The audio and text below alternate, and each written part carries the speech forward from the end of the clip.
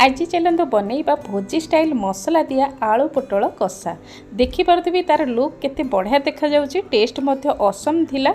नमस्कार, जय Jagannath. Soni smart kitchen आउ गोटे न्यू रेसिपी को आपण मान समस्त को अनेक अनेक स्वागत। रेसिपी देखिबा पूर्व मो चैनल को जदि प्रथम करी देखुचंदी ताले प्लीज मो चैनल को सब्सक्राइब करिबा परे बेल को क्लिक करी ऑल बटन को क्लिक करंतु।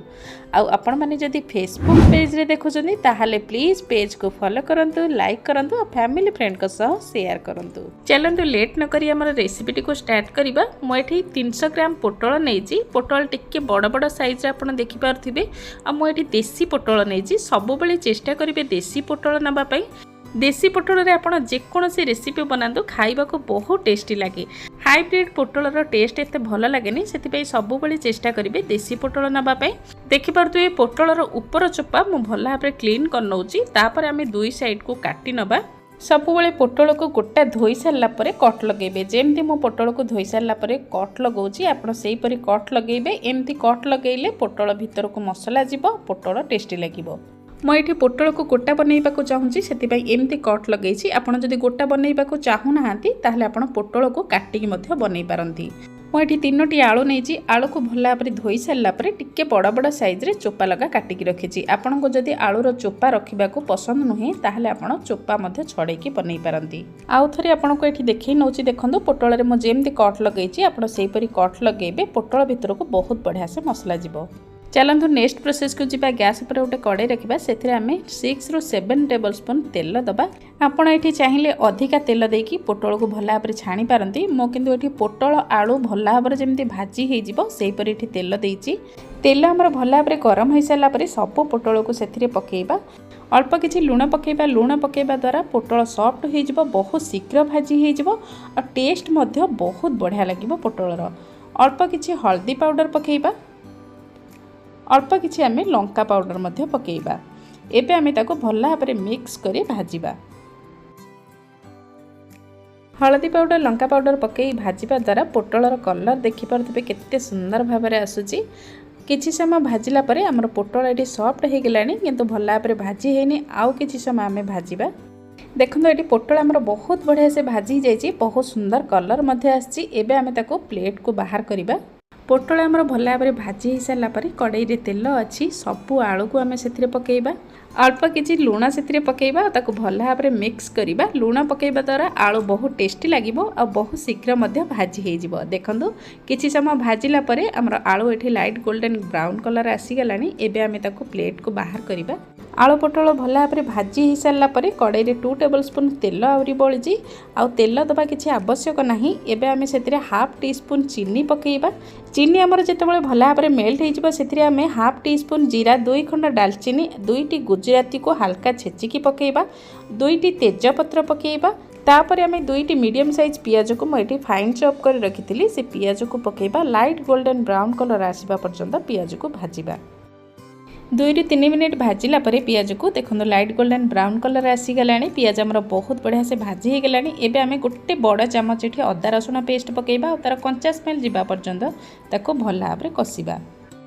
किछि समय कषिला परे अदा रसुण पेस्ट रो एठी कंचा स्मेल पळेलानी, बहुत बढ़िया से मध्य कषि हो गलानी। गोटे बड़ साइज रो टमाटो को मु एठी ग्राइंड कर रखिथिली। एबे से टमाटो को आमे पकेबा आ ताको मध्य भल भाव कषिबा। मसला आमर बहुत शीघ्र कषि होगापाई एबे आमे कड़ाई को 2 ରୁ 3 मिनिट पाई कभर करिबा। मसला आमर बहुत बढ़िया से सीझी जीव आ बहुत कम समय रे कषि हो जीव। आपण जदि एमती कड़ाई को कभर करके मसला को कसंती। देखंतु केते बढ़िया साइड मसला सीझी जाइछि। एबे आमे ताको भल भाव कषिबा। मसला आमर बहुत कम समय रे कषि हो गला। साइड रो तेल छाड़िबा स्टार्ट हो गलानी। एबे आमे सेतरे कोन करिबा ना हाफ टी स्पून जीरा पाउडर, हाफ टी स्पून धनिया पाउडर पकेइबा। हाफ टी स्पून रो कम टिके मुझे नॉर्मल चिली पाउडर देइछि, कारण पिला मानक पई की बनाउछि। आ गोटे बड़ चामच एठी काश्मीरी चिली पाउडर पकोछि। काश्मीरी चिली पाउडर रागु हुएनी, बहुत सुंदर कलर दिए।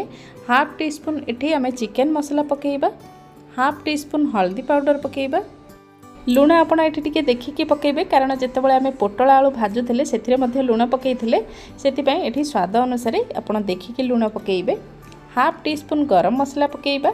हाफ टी स्पून कस्तूरी मेथी पकेइबा। सब पाउडर मसला पकई सारा परे एबे आमे ताको भल भाव मिक्स करिबा।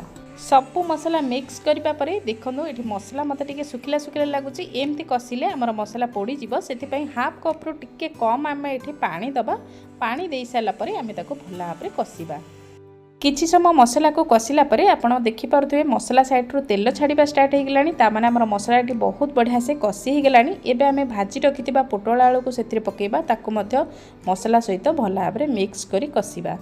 पोटल आलू को जिते मैं कषुची केते सुंदर कलर आसूची बहुत टिम टिम देखा जाउची ना बहुत टेस्टी बनिवो।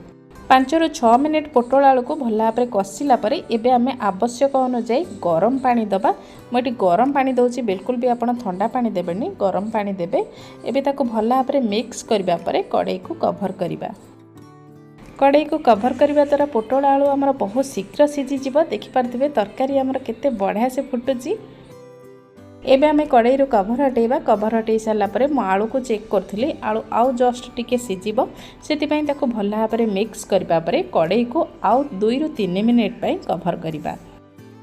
एठी हमर कढ़ाई को कवर करबा 2 ରୁ 3 मिनिट हो जाइछि कवर हटै के आपन को देखौछि देखंतु केते सुंदर कलर देखा जाउछि हमर आलू पोटल कसार आलू को मध्य मु एठी चेक कर नउछि आलू हमर बहुत बढ़िया से सिझी जाइछि आ बहुत बढ़िया से सॉफ्ट मध्य हो जाइछि। एबे हमें काटी रखिथिबा किछि फ्रेश धनिया पत्र ऊपर पकेइबा। गरम मसला मु प्रथम पकईची आपण चाहिए तो ये आउ हाफ टी स्पून गरम मसला पकई पारती मु किंतु पकोनी।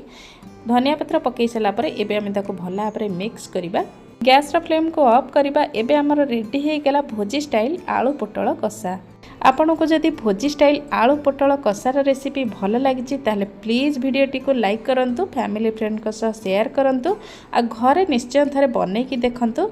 आउ गोटे नुआ रेसिपी सह आपन सहित देखा हबो से पर्यंत विदाय दियंतु। नमस्कार जय जगन्नाथ।